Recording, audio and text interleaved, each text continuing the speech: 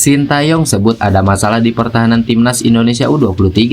Erick Thohir tampar lokal pride yang memprioritaskan Piala Ciki dibanding Asia. Federasi Sepak Bola Arab Saudi ulas kemenangan 3-1 atas timnas Indonesia. Klub Belanda kaget, unggahan Kelvin Verdonk selalu diserbu warganet Indonesia. Simak informasi selengkapnya sebagai berikut.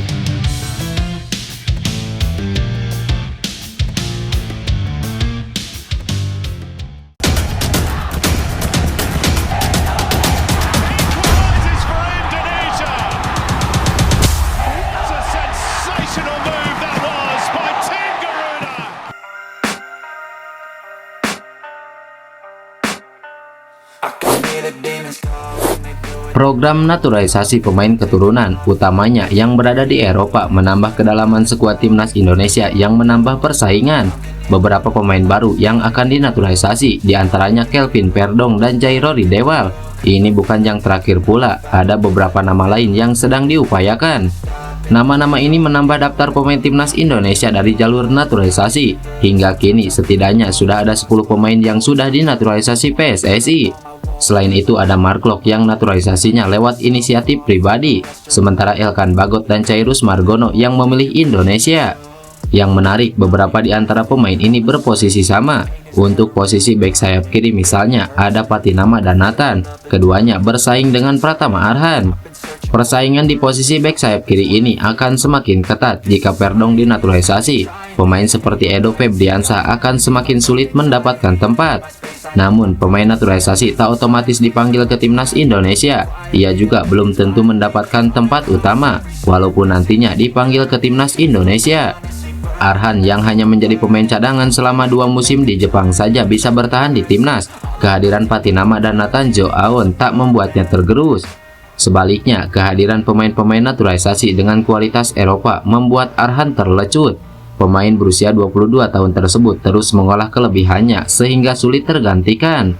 Pemain lainnya sepantasnya juga demikian. PSSI mungkin keras kepala dengan program naturalisasi agar timnas Indonesia naik kelas. Pemain pun sepantasnya keras kepala menaikkan kualitas.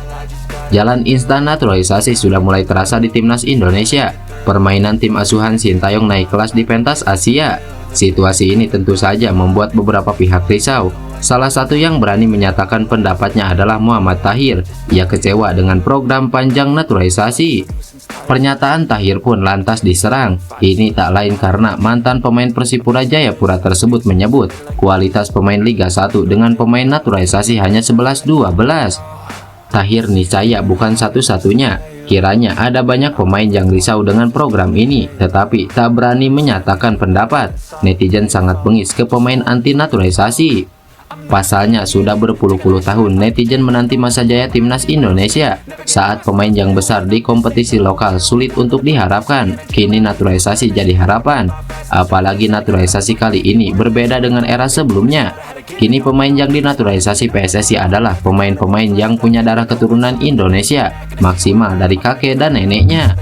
Bisa dibilang ini adalah era pukulan keras bagi pemain lokal. Para pemain dituntut meningkatkan kualitas agar bisa bersaing dengan pemain keturunan diaspora. Gaya hidup pemain Indonesia yang sudah menjadi rahasia umum dan selalu dikritik keras namun kurang berdampak saatnya diperbaiki. Ini momentum perlawanan pemain lokal. Tentu saja melawan situasi ini dengan menunjukkan kualitas. Tekanan yang datang dengan bertubi-tubi biasanya membuat seorang pemain tertempa kapasitasnya. Ketergantungan PSSI untuk timnas Indonesia dengan pemain naturalisasi niscaya ada titik jenuhnya. Akan ada saat program ini dijeda atau malah dihentikan. Sambil menunggu saat itu tiba, stakeholder sepak bola di Indonesia sepantasnya mendesak PSSI menghidupkan kompetisi usia muda. Pelatih tim nasional Indonesia U23 Sintayong angkat bicara usai skuadnya tumbang dari Arab Saudi di laga uji coba. Kendati tidak puas dengan hasilnya, Sintayong mengambil beberapa hal yang harus diperbaiki, yang mana salah satunya pada lini pertahanan. Seperti yang diketahui, skuad Garuda Muda harus mengakui ketangguhan Arab Saudi dengan skor 3-1. Adapun pencetak 1 gol bagi timnas Indonesia U23 adalah Komang Teguh di menit ke-32. Sintayong mengaku tidak puas dengan kekalahan yang diderita timnas Indonesia U23. Namun di lain sisi, dia juga tidak terlalu mempermasalahkan hal itu karena tujuan laga tersebut untuk melihat kondisi pemain dan secara performa menurutnya tidak terlalu buruk. Pastinya tidak puas, tapi dengan pergantian pemain, hampir semua dimainkan di babak pertama dan kedua untuk cek kondisi para pemain, dan secara isi pertandingan tidak terlalu jelek, ujar Sintayong. Lebih jauh, Sintayong menjelaskan timnas Indonesia U23 masih memiliki masalah pada lini pertahanan. Ini semua tak luput dari batal gabungnya beberapa pemain andalan seperti Justin Hubner, Nathan, dan Alfreanda Dewangga, sehingga lini pertahanan menjadi fokus dari juru taktik asal Korea Selatan tersebut. Kan memang hanya cek kondisi para pemain saja, apalagi ada pergantian semua pemain. Memang ada masalah di lini belakang karena ada beberapa pemain yang tidak bisa bergabung juga. Jadi itu yang sedang dipikirkan, bagaimana antisipasi lini belakang, jelas Sintayong. Setelah melawan Arab Saudi, timnas Indonesia U23 akan menjalani satu laga uji coba, yakni melawan Uni Emirat Arab pada Senin 8 April 2024 mendatang. Untuk melawan UEA U23 ini, Sintayong akan mempertahankan lebih lama komposisi utama timnas Indonesia U23 demi mematangkan permainan untuk start pertama di Piala Asia U23. Itu sekaligus menjadi laga uji coba terakhir skuad Garuda Muda, mengingat pemusatan latihan di Dubai akan berakhir pada 10 April mendatang, dan skuad sekaligus langsung bertolak ke Doha, Qatar. Baru-baru ini, dunia sepak bola Malaysia diramaikan dengan klaim sosok pemain muda Manchester United, Ethan Whitley, yang disebutkan memiliki darah Malaysia. Klaim bahwa Ethan Whitley memiliki darah Malaysia ini pertama kali disampaikan oleh akun Instagram Future Talents. Menurut akun tersebut, Ethan Whitley ini merupakan pemain keturunan Malaysia atau memiliki darah Malaysia. Akan tetapi, sang pemain yang masih berusia 18 tahun ini mengaku bahwa hal tersebut bohong, seperti dikutip dari akun Instagram Hardboard Indonesia. Dalam unggahan akun tersebut, pemain MU U18 itu meminta untuk menghapus unggahan yang menyebut dirinya berdarah Malaysia. Di sisi lain diketahui bahwa ia merupakan pemain yang sejak awal memang bermain untuk Manchester United. Kemudian ia diorbitkan untuk bermain di MU U18 dan kini tampil di ajang Premier League U18. Sang pemain berposisi sebagai penyerang tengah dan sudah melakukan 23 penampilan di semua kompetisi. Dari 23 penampilan bersama dengan Setan Merah U18 telah mencatatkan 8 gol dan 4 assist. Selain itu, Ethan juga sempat mendapatkan panggilan dari tim nasional Inggris U18 pada September 2022. Ketika mendapatkan panggilan tersebut, ia pun menjalani debutnya ketika Inggris menghadapi Polandia. Pengelola media sosial klub Eredivisie Belanda NEC Nijmegen terkejut dengan serbuan warganet Indonesia setiap kali mereka mengunggah foto Kelvin Verdong di akun resmi. Verdong mengungkapkan hal itu dalam wawancara dengan Football International yang dikutip laman Football Primer. Verdong disebut sedang menjalani proses naturalisasi menjadi warga negara Indonesia setelah melakukan pembicaraan dengan Sintayong. Berawal dari kunjungan Sintayong ke Belanda untuk menyaksikan duel antara NEC dengan FC Heerenveen yang diperkuat Tom Haya dan Nathan Joaon, pelatih timnas Indonesia itu pun menanyakan silsilah keluarga Verdong.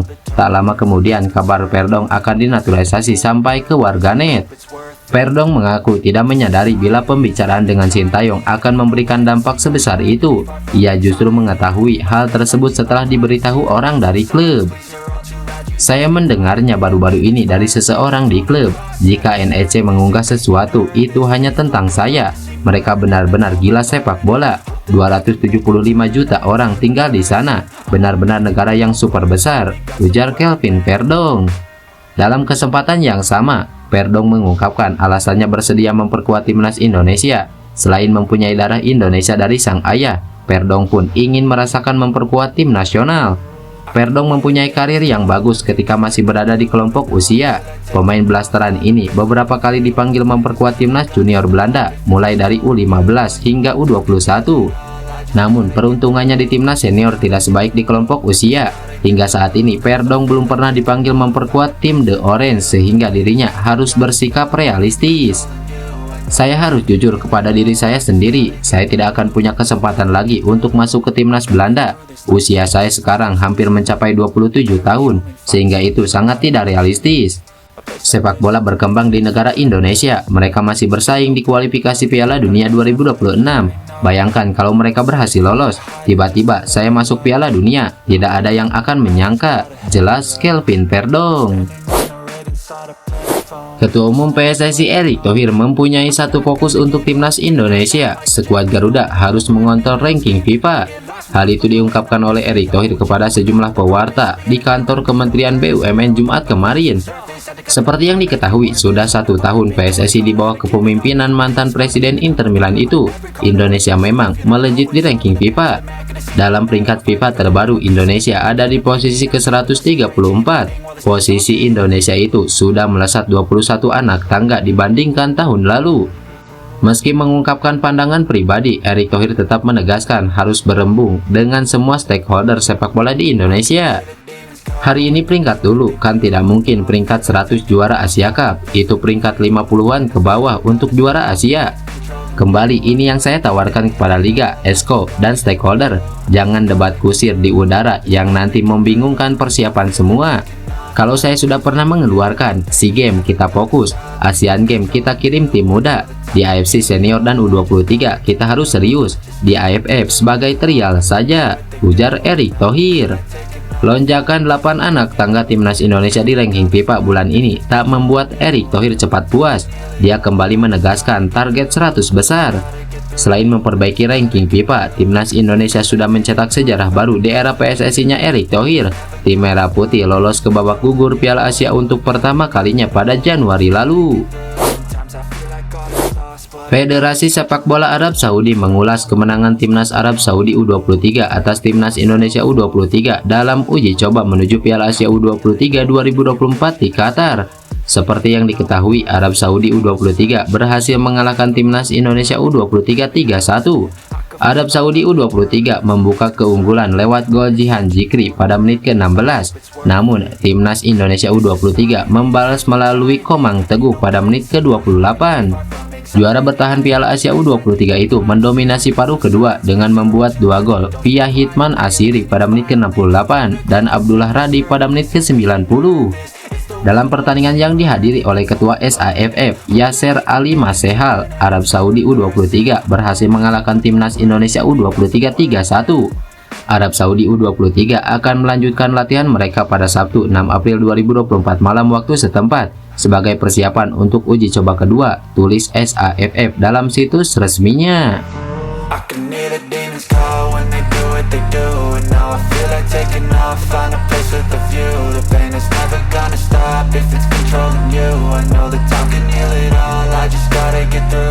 just gotta get through.